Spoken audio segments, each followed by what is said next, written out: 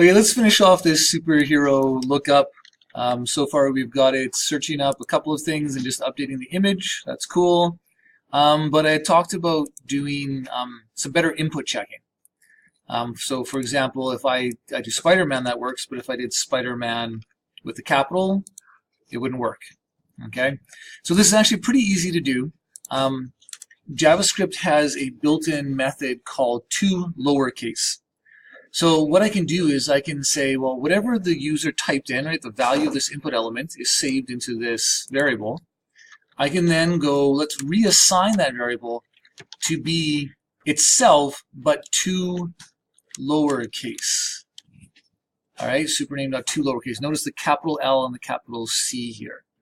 So that basically takes whatever the user inputted, converts it to lowercase, and then saves it back into that variable.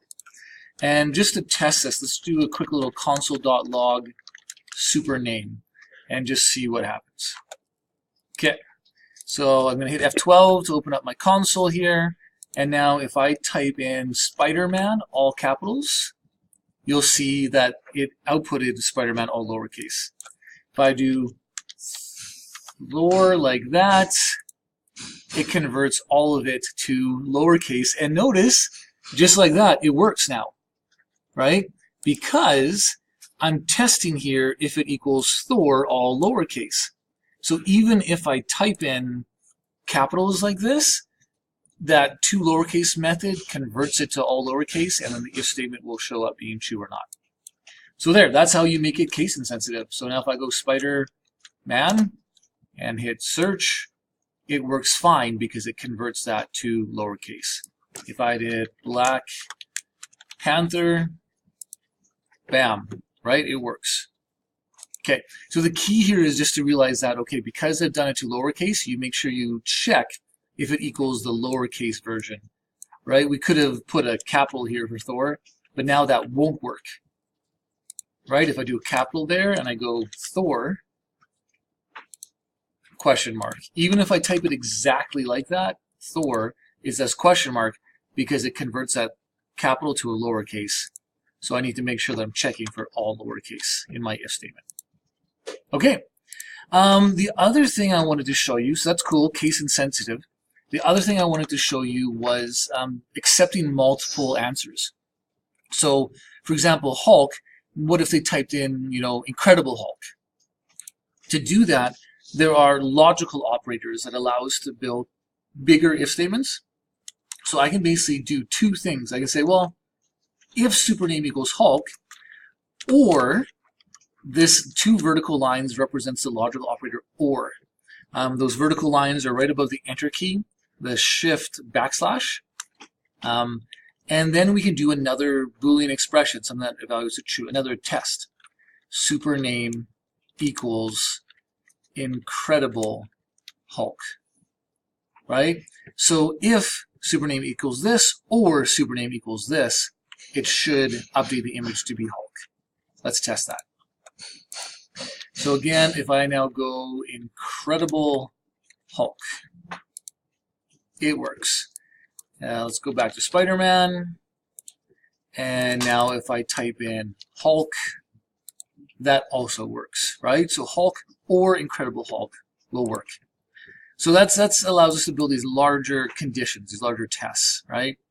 Same with Spider-Man. You could go Spider-Man, supername equals Spider-Man, or supername equals Amazing Spider-Man. Right? Save that. And let's go to Hulk for a second here so we can test if I can go back to the Amazing. And let's test our case insensitive stuff too. Amazing Spider-Man. Bam, it works. Okay, so that's kind of nice. If you want to have multiple answers that are acceptable or multiple criteria that are acceptable, you can use this or. Okay, let's go back here for a quick summary. I didn't jot any notes down, but let's just take a look here and say, what did we learn? Introduction to if statements. So if statements help to control whether code should run or not, right? We looked at a unary if statement, which is simply, hey, if something is true, I don't need bullets here, sorry. A unary if statement is if something is true, do that. We looked at a binary if statement, which is if something is true, do that. Let's go to the next page here. Else, do this, right? There's two possibilities. Do what's in between the if here or the else. And then we looked at a chained if statement, which is if this is true, do this. Else, if this is true, do this. Else, if this is true, do this. And you can do as many of these else's as you want. And you don't have to, but you can also do a final else at the end as a kind of a catch-all, right? If none of these things are true, do what's in there. Then we looked at using toLowerCase, right, to make input case insensitive. So it doesn't matter what case it is. And then we use the logical OR operator, which is that double vertical line, to make larger conditions or tests. Actually called Boolean expressions. Boolean is just a value to true or false. So I can do, you know, if test 1 is true or test 2 is true, and you can actually do more. Test 3 is true, and as long as one of those things evaluates to true, the whole expression will become true, and it'll do the code inside of the if statement.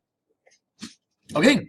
That's our superhero lookup. We can do our typing our stuff in here and search, and we've got case insensitive input. We can accept multiple answers. Amazing Spider-Man.